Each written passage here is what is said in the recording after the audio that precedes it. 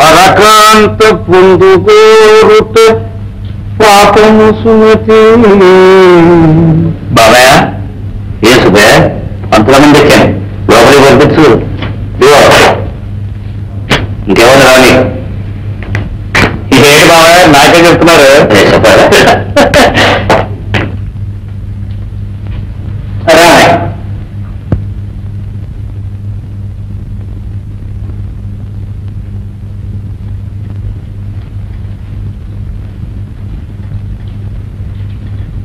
నమస్కారం సార్. నమస్కారం. మీతో ఒక ముఖ్య విషయం మాట్లాడాలని పిలిపించాను. చెప్పండి సార్. తమ్ముడు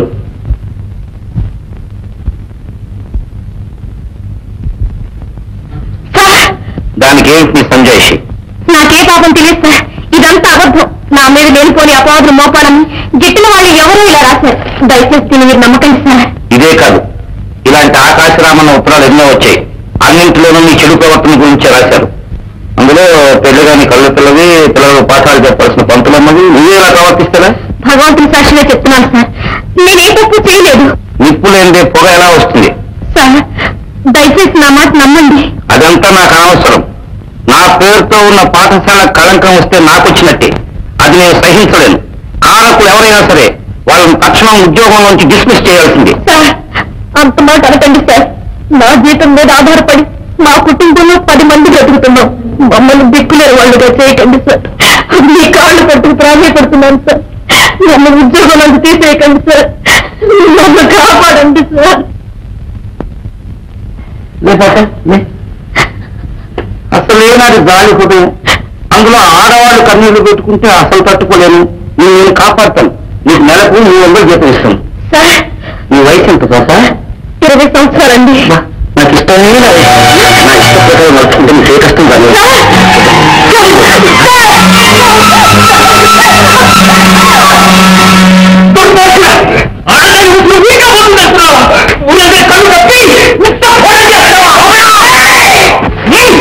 రే వాడు తొందరపడ్డాడని మీరు తొందరపడతారేంటి?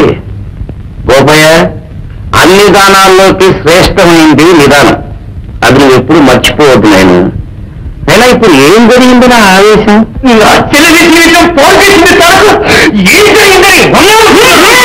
అవును, నీ చెల్లి జీవితం నేనే పాడు చేశాను. కానీ ఎందుకు చేశాను?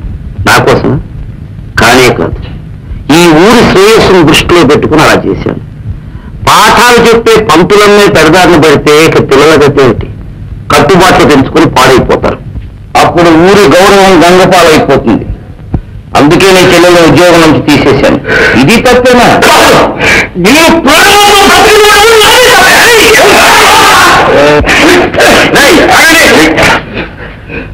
వాడిని కొట్టదు. నా కళ్ళ ముందు ఒక్క చీమొక్క హాని జరిగినా నేను చూడలేదు. వాడిని తీసుకుంటుంది. నేను కొట్టే సాక్షిగా చెప్తున్నాను. గడప దాటి బయటకు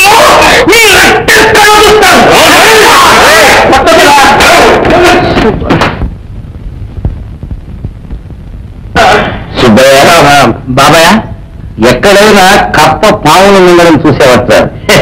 అదేం బాబాయ్, ఇప్పుడు వచ్చిన బొగ కప్ప బెకబెకలాడుతుంది. కాస్త నోరు మూయించు. అలాగే అదే అలవాటు ప్రకారం ఆత్మహత్య అని అనుకోవాలి. ఏంటి బాబాయ్ నాగే చెప్తున్నారు? చెప్పు.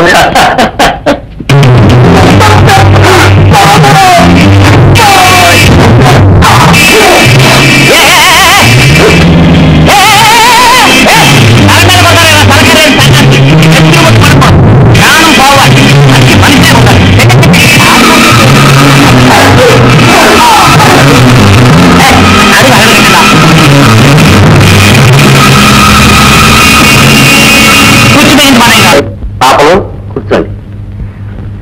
ఆకలితో అలమటిస్తున్న పేద ప్రజలకు అందకుండా కట్టలు డబ్బు సంపాదించి ఇనపెట్టెల్లో దాటడం దేశద్రోహం. కోటి విలువైన మాట చెప్పారు సార్. తమ కింద ఒక 5,000 ఏమంటారా? వేసుకోండి. సాయంకాలం వచ్చి డబ్బు తీసుకెళ్ళండి. మీరు చేస్తున్న సహాయానికి చాలా ధన్యవాదాలు. ఇక నేను సెలవు తీసుకుంటా. రావాల్సుకున్నాం. అటు కాదు ఇటు వాళ్ళని పంపించొస్తాం. అలాగే కలండి పాపం.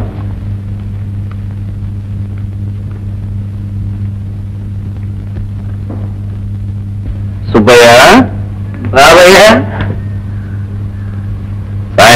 గంటలకు మామిడితో బంగ్లాకు. అర్థమైందా? ఏంటి బాబాయ్ నాకు చెప్తున్నారు? పోరా.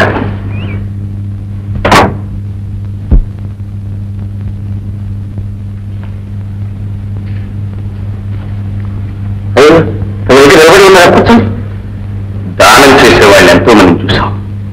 కనీసం పేరు కోసమైనా ఆశించకుండా దానం చేయడం ఎక్కడా చూడలేదు శశిభూషణ్ గారు. కేవలం ఊరు శ్రేయస్సుకోని మీరు ఇంత చేస్తున్నారంటే అది ఊరు చేసుకున్న పుణ్యం. భూషయ్య గారు, ఆ అమ్మాయికి నేను దానం చేయడంలో ఒక ముఖ్య కారణం ఉంది. ఆ అమ్మాయి అనాథ శరణాలయం నడుపుతోంది. నేను అనాథ కదా, అందుకని అదేంటి అలా అన్నారు? అంతే కదా భూషయ్య గారు, నా అన్నవారు నాకు ఎవరున్నారు చెప్పండి? అనురాగంతో ఆదరించే భార్య లేదు, నాన్నని కూర్చే కొడుకు లేడు. నాన్న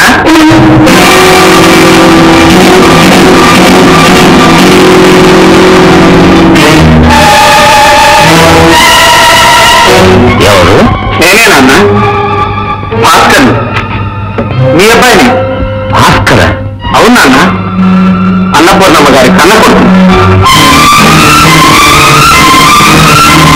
ఏమిటి బాబు నువ్వు అనేది? నిజంగా నేను రావు బౌద్ధుడు శశిభూషణ్ గారి అబ్బాయినేనండి. నువ్వే వీరి అబ్బాయి అని చెప్పడానికి ఆధారాలు ఏమిటి? బాగా అడిగారు. ఏం బాబు మాట్లాడేది? భగవంతుడు మా అమ్మ కళ్ళివ్వకపోయినా అమోఘమైన తెలివితేటలు ఇచ్చాడు. ఇలాంటి పరిస్థితులను ఎదుర్కొనే అవసరం వస్తుందని. ఏమిటో ఫోటో? కుటుంబ సమేతంగా మీరు తీసుకున్న ఫోటో బాబు. ఫోటో చూపించినంత మాత్రాన నువ్వు వీరి అబ్బాయి మమ్మల్ని ఎలా నమ్మట? తప్పండి.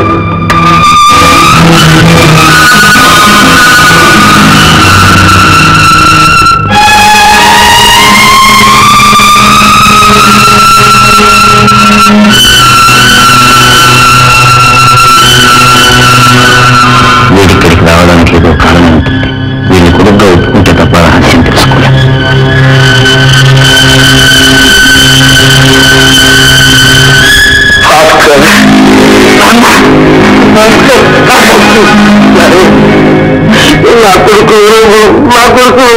మీరు చేసిన దాన ధర్మాలు వృధా కాలేదండి. ఎన్నడూ విడిపోయిన కన్నబిడ్డ మళ్ళీ మిమ్మల్ని చేరుకున్నాడంటే మాకెంతో ఆనందంగా ఉంది. ఇంతకాలం ఎక్కడున్నారు?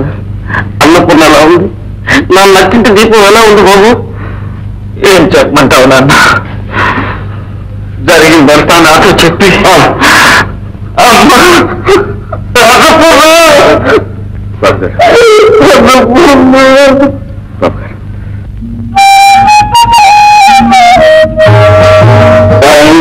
శ్రీరామచంద్రమూర్తి అన్నాడు కానీ ప్రజల కలిగి కోర్టుకి ఈ కన్న కొడుకుని దర్శించారు. మీరు కరుణాన్ని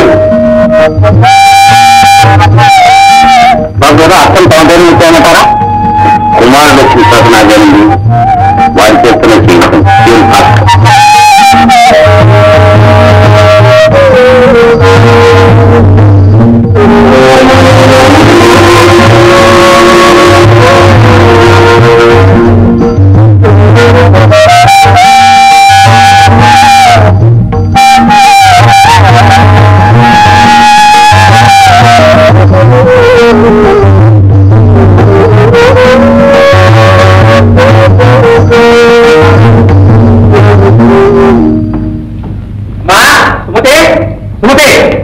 నువ్వు వేసిన మొదటి పార్టీయే బాగా పాడిందమ్మా.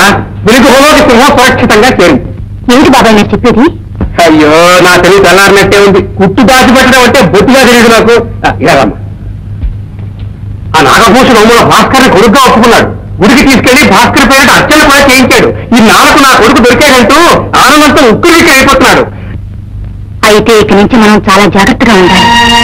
వాడసలే చిక్కులు మారినక్క నమ్మినట్లే నటించి లోపల ఏదైనా కుట్ర పొందుతాడు. వాడి వల్ల పూర్తిగా చిక్కగానే నలిపి నాశనం చేసేస్తాడు. నిజమే తల్లి, ఆ చండాలుడు మా యజమాని గారి కుటుంబాన్ని అలాగే నాశనం చేశాడు. ఏ పాపని నా మీద నింద మోపి నన్ను పనులు తీసేశాడు. ఆ దుష్టుడు ఇంకా ఎన్ని కాపురాలు కూలుస్తాడు? వాడి కాలం మీరింది బాబాయ్.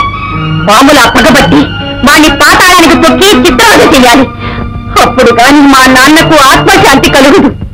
నన్ను కనిపెట్టుకుని ఉండటానికి నాకు ఒక ఆత్మీయుడు దొరికాడని నేను ఎంత సంతోషపడుతున్నానో తెలుసా బాబు. ఇంతకు నువ్వు ఎవరు నాన్న? నన్ను నాన్న అని చెప్పి పిలవమని నిన్ను ఇక్కడికి పంపించింది ఎవరు బాబు? అదేంటి నాన్న?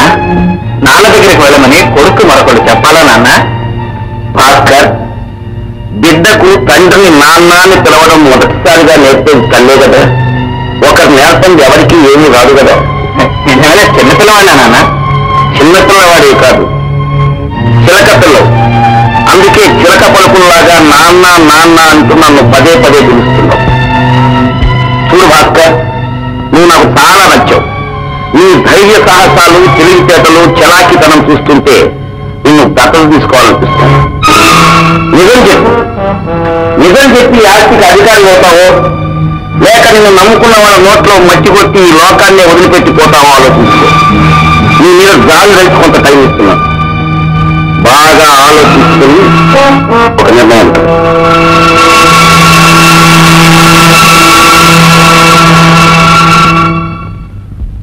ఏం జరిగిందో చెప్పండి. మాట్లాడరే, చెప్పండి. చెప్పమంటావు సుమతి? నేను తన బిడ్డని కానని తెలిసి కూడా బాబు అంటూ ఆప్యాయంగా కౌగిలించుకున్న ఆయన ప్రేమల గురించి చెప్పేదా? ఊళ్ళో ఉన్న ఆలయాలన్నింటిలో నా పేరున నా ఎదుట అభిషేకాలు చేయించిన ఆయన భక్తి గురించి చెప్పేదా? ఎవరు నిన్ను ఇక్కడికి పంపించింది ఎవరు? నిజం చెప్తావా, లేకపోతే నీ నిండు ప్రాణాలు బలి తీసుకోమంటావా అని బెదిరించిన ఆయన గుండె ధైర్యం గురించి చెప్పేది. అబ్బా, ఆయన నటనను మెచ్చుకోవటం నా తరం కాదు. మీరు ఇలా మాట్లాడుతున్నది? పగవాడైనా వారి తెలివితేటలను మెచ్చుకుని తీరాల్సింది. బాగుంది. మీరు మీ అమ్మగారికి ఇచ్చిన మాట మర్చిపోయి ఆ నాగభూషాన్ని పొగుట్టి కూర్చోండి, అందరూ మెచ్చుకుంటారు. సుమతి, నేను వారి సంతానాన్ని మెచ్చుకున్నానే తప్ప నా కర్తవ్యాన్ని మర్చిపోలేదు. ఇప్పుడే వెళ్ళి వారి తల నరికి తీసుకొచ్చి నీ చేతుల్లో పెట్టమంటావా? చెప్పు. వద్దు, వారు సునాయాసంగా చావడం నాకు ఇష్టం లేదు. చేసిన పాపాలన్నీ తలుచుకుంటూ అనుగణంగా వాడు కూలి కావాలి. సుమతి, నీ కోరిక నేను తప్పకుండా నెరవేరుస్తాను. మరి నా ఆకలి నువ్వు తీరుస్తావా? ఆకలి? అవును, సామాన్యమైన ఆకలి కాదు. క్షణంలో వంట చేస్తాను. ఉండండి.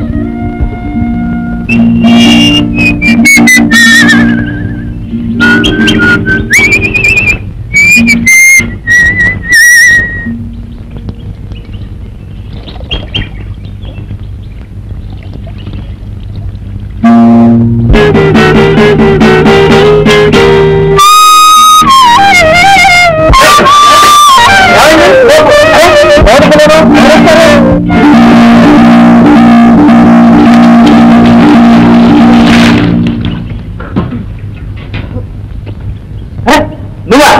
మగారు స్నానం చేసే దగ్గర ఆడవాళ్ళు రావచ్చా?